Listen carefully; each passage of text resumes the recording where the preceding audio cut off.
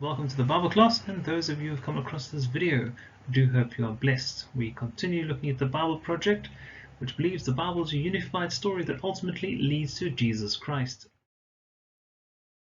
We continue with the Advent series. Last week we looked at the first video on hope. Now, the Advent is an important month in the Christian liturgy and religious tradition, as remember the anticipation of Jesus' birth and together wait for his second coming. Shalom, peace.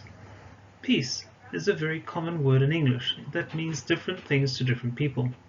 It's also a very important word in the Bible that refers not only to the absence of conflict, but also to the presence of something else. In this video, we'll explore the core meaning of biblical peace and how it all leads to Jesus. The word peace is common in most languages. People can talk about peace treaties or times of peace. It means the absence of war. And in the Bible, the word peace can refer to the absence of conflict, but it also points to the presence of something better in its place. In the Old Testament, the Hebrew word for peace is shalom. And in the New Testament, the Greek word is eirene. The most basic meaning of shalom is complete or whole. The word can refer to a stone that has a perfect, whole shape with no cracks. It can also refer to a completed stone wall that has no gaps and no missing bricks. Shalom refers to something that's complex with lots of pieces that's in a state of completeness, wholeness. It's like Job, who says his tents are in a state of shalom because he counted his flock and no animals are missing.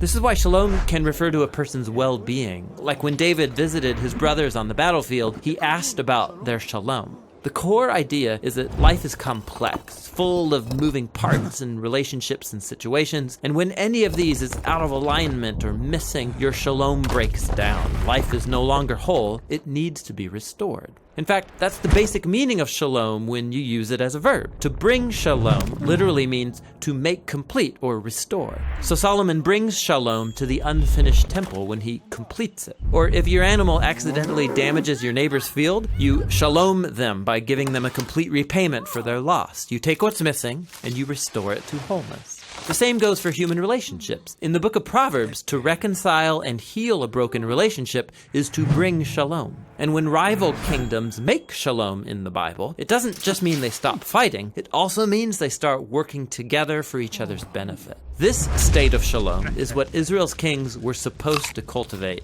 and it rarely happened. So the prophet Isaiah, he looked forward to a future king, a prince of shalom. And his reign would bring shalom with no end. A time when God would make a covenant of shalom with his people and make right all wrongs and heal all that's been broken. This is why Jesus' birth in the New Testament was announced as the arrival of eirene. Remember, that's the Greek word for peace.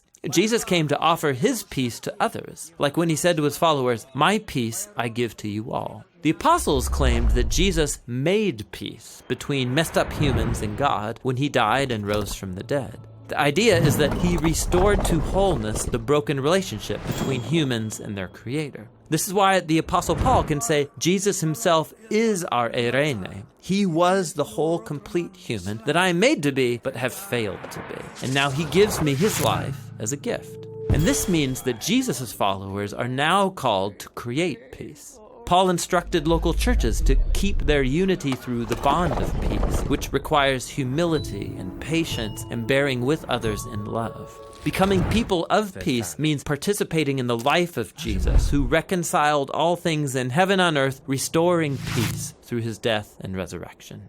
So peace takes a lot of work, because it's not just the absence of conflict. True peace requires taking what's broken and restoring it to wholeness, whether it's in our lives, our relationships, or in our world. And that's the rich biblical concept of peace.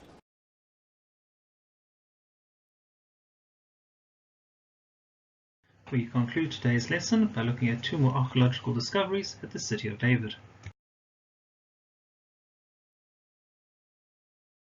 A visitor to the throne room of King Sennacherib of Assyria some 2,700 years ago would have been greeted by an imposing sight.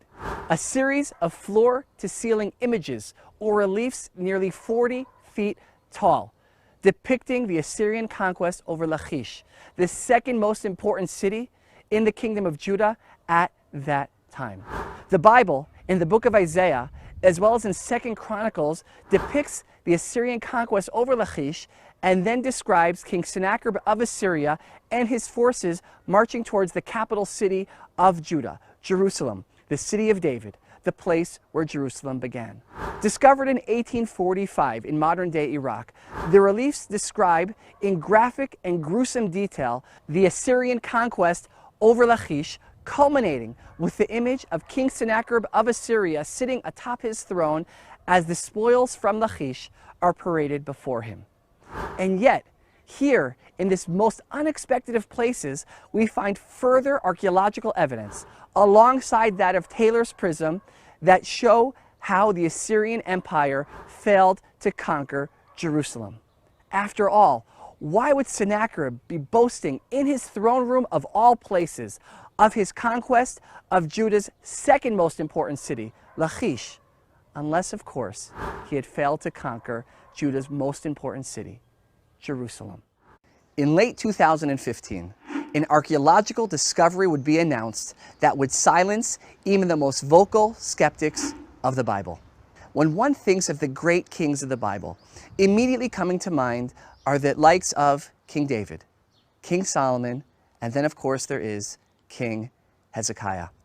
Where I'm standing right now, just a few years ago, between the city of David, the place where Jerusalem began, and the Temple Mount, the site of the biblical Mount Moriah, a small clay seal impression known as a bulla dating back some 2,700 years was discovered. And on this seal impression was a name that appears in the Bible written in ancient Hebrew script. What is the name on this seal?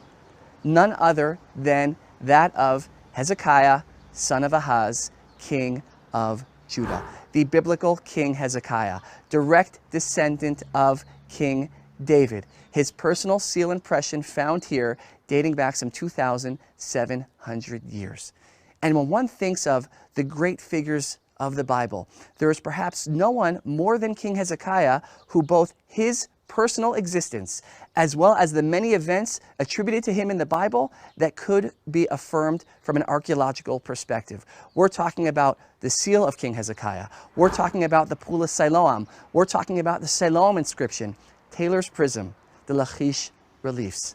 Because when you're in the place where the Bible happened, the words of the Bible come to life.